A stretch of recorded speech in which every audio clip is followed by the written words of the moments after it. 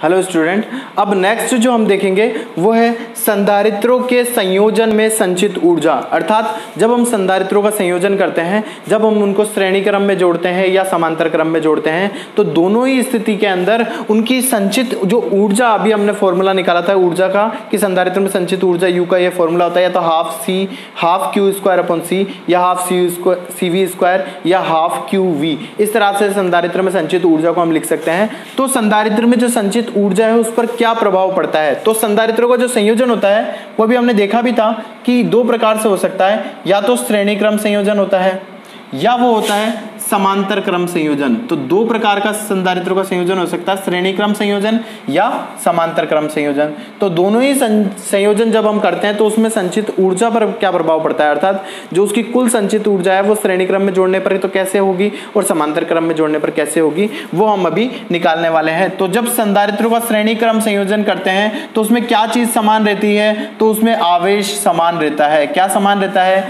आवेश समान रहता है। और जब हम संधारित्रों का समांतर क्रम संयोजन करते हैं तो उसमें क्या चीज समान रहती है, तो उसमें विभव समान रहता है। ये तो हम जानते ही हैं, अभी हमने संधारित्रों के संयोजन में भी देखा था। तो ये चीज इसमें समान रहती है। दूसरी बात, जब हम श्रेणी क्रम संयोजन करते हैं तो उसका तुल्य धारिता जो होती है, श्रेणी क्रम ये सीरीज में लिख दिया, तुल्य जो धारिता होती है संधारित्रों की वो 1/C1 plus 1/C2 plus 1/C3 इस तरह से लिखी जाती है। अगर हम 3 संधारित्र जोड़े हैं तो इस तरह से लिखी जाती है। इसी प्रकार जब हम समांतर क्रम संयोजन करते हैं तो तुल्य धारिता क्या होती है, तो Cp इक्वल टू होती है C1 plus C2 plus C3। इस तरह से तुल्य धारिता होती है जब हम समांतर क्रम संयोजन करते हैं। तो श्रेणी क्रम संयोजन और समांतर क्रम संयोजन में तुल्य धारिता क्या होती है वो भी हमने निकाल लिया।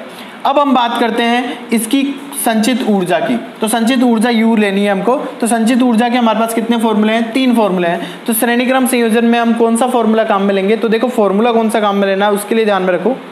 हमेशा फॉर्मूला जो हम काम में लेंगे उसमें धारिता C तो आनी चाहिए, क्योंकि धारिता के दोनों तरफ फॉर्मूले हैं, इनको हम काम में लेने वाले हैं, तो धारिता C तो आनी चाहिए। तो देखो धारिता C इसमें नहीं आ रही तो इस फॉर्मूले को तो हम कभी भी काम में नहीं लेंगे। अभी यहाँ जब न्यूमेरिकल वगैरह सॉल्व करना उसमें तो जो राशि दे रखी है Q और V दे रखा है तो यही काम में लेंगे, लेकिन यहाँ अभी हम देख रहे हैं तो यहाँ हम इस फॉर्मूले को काम में नहीं ले रहे। तो कौन सा फॉर्मूला काम में लेंगे, तो देखो यहाँ धारिता C है और कौन सी चीज समान है, Q समान है, तो Q और C वाला फॉर्मूला लेना। तो ऐसा फॉर्मूला जिसमें Q और C आ रहा हो, देखो इसमें Q और C दोनों आ रहे हैं तो इस फॉर्मूले को काम में लेंगे यहाँ। तो चूंकि जो संचित ऊर्जा U होती है वो होती है Q स्क्वायर अपॉन 2C, यही होती है संचित ऊर्जा। अच्छा, यहाँ की बात करें तो यहाँ पर देखो क्या चीजें हैं, विभव समान है और धारिता C। तो ऐसा फॉर्मूला जिसमें C और V आ रहे हो तो ये वाला फॉर्मूला। तो यहाँ संचित ऊर्जा U बराबर हो जाएगी 1/2 CV स्क्वायर। अच्छा, यहाँ जो धारिता C है वहाँ हमने तीनों जो संधारित्र उनको समांतर क्रम में जोड़ा है, इसलिए धारिता को मैं Cp लिख देता हूँ। तुल्य धारिता को क्या लिख दिया? Cp लिख दिया। और यहाँ धारिता जो है वो कौन सी है, श्रेणी क्रम में जोड़ा है, तो इसको हम क्या लिख देते हैं? Cs लिख देते हैं। तो यहाँ से तुल्य धारिता U बराबर आ गया Q स्क्वायर अपॉन 2, और ये जो 1/CS है यहाँ, इस 1/CS को ये मान रख दें पूरा, ये वाला मान, तो 1/C1 plus 1/C2 plus 1/C3 हो गया। ठीक है बच्चों, इसको हम लिख सकते हैं U बराबर, इसको अंदर मल्टीप्लाई कर दें, Q square upon 2C1 plus Q square upon 2C2 plus Q square upon 2C3, ये हमारे पास हो गया। अब ये Q अपॉन 2C1 तो Q स्क्वायर अपॉन 2C1, तो Q स्क्वायर अपॉन 2C ये किसका फॉर्मूला होता है, तो ये होता है संचित ऊर्जा का। तो ये यहाँ C की जगह क्या आ रहा है, C1, अर्थात पहले संधारित्र में संचित ऊर्जा। तो ये हमारे पास क्या है, U1 है, यानी पहला जो संधारित्र है उसमें संचित ऊर्जा कितनी है, तो U1 है। ये किसका फॉर्मूला है, तो Q स्क्वायर अपॉन 2C2, अर्थात दूसरे संधारित्र में संचित ऊर्जा U2। और ये किसका फॉर्मूला है, ये हमारे तीसरे संधारित्र में संचित ऊर्जा U3। तो इस तरह से हमने देखा 3 संधारित्र हैं और तीनों में जो संचित ऊर्जा है वो U1 U2 U3 है। और उस तीनों संधारित्रों को श्रेणी क्रम में जोड़ने पर, श्रेणी क्रम में इस तरह से जोड़ने पर, अगर एक की ऊर्जा इसकी U1 है, इसकी U2 है, इसकी U3 है, तो इसकी जो तुल्य ऊर्जा है, इसकी जो परिणामी ऊर्जा है, कुल ऊर्जा है, उस कुल ऊर्जा का मान U बराबर U1 plus U2 plus U3 होगा। अर्थात तीनों संधारित्रों की जो संचित ऊर्जा है वो एक की जो संचित ऊर्जा है उनके योग के बराबर होती है। अब हम समांतर क्रम में देखते हैं। तो समांतर क्रम में ये फॉर्मूला आ रहा है संचित ऊर्जा का, तो संचित ऊर्जा U बराबर आ गया 1/2, V कॉमन था, इधर ले लेते हैं Cp। तो Cp का ये वाला मान रख दें, C1 plus C2 plus C3।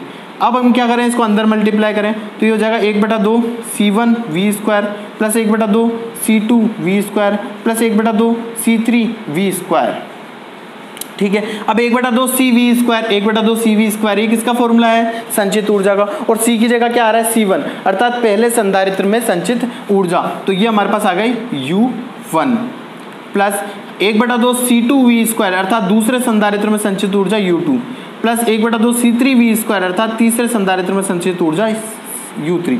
तो हम यहाँ देख रहे हैं कि समांतर क्रम में जोड़ रहे हैं जब हम, अर्थात तीनों जब प्लेटों को हमने समांतर क्रम में इस तरह से जोड़ा है, तो समांतर क्रम संयोजन में अगर इसकी ऊर्जा U1 है, इसकी ऊर्जा U2 है, इसकी ऊर्जा U3 है, तो तीनों का जोड़ने पर जो परिणामी ऊर्जा है, कुल ऊर्जा जो इसमें संचित हुई है, वो किसके बराबर है? U1 plus U2 plus U3। तो देखिए बच्चों, चाहे श्रेणी क्रम संयोजन हो या समांतर क्रम संयोजन हो, धारिता का मान जरूर परिवर्तित होता है। श्रेणी क्रम संयोजन में तो ये 1 करके जुड़ रहा है, समांतर क्रम में ये सीक्वेंस में जुड़ रहा है, सीरीज में जुड़ रहा है, लेकिन जो इनकी कुल संचित ऊर्जा है कि कुल इसमें ऊर्जा कितनी संचित हो रही है, तो कुल जब हम निकालेंगे तो ये U1 plus U2 plus U3 के बराबर होगा, चाहे श्रेणी क्रम में जोड़ो या समांतर क्रम में जोड़ो। जब हम कुल ऊर्जा की बात करेंगे तो कुल ऊर्जा तो तीनों के योग के बराबर ही आएगी। ये एक विशेष बात आती है संधारित्रों के संयोजन में, कि संधारित्रों का संयोजन में हम जब हम श्रेणी क्रम संयोजन करते हैं या समांतर क्रम संयोजन करते हैं, दोनों ही स्थिति में जो इसकी कुल ऊर्जा होती है, इसमें कुल संचित ऊर्जा जो होती है, वो तीनों संधारित्रों में अलग अलग संचित ऊर्जाओं के योग के बराबर होती है। और ये हमने इसके दोनों फॉर्मूलों से ज्ञात कर लिया।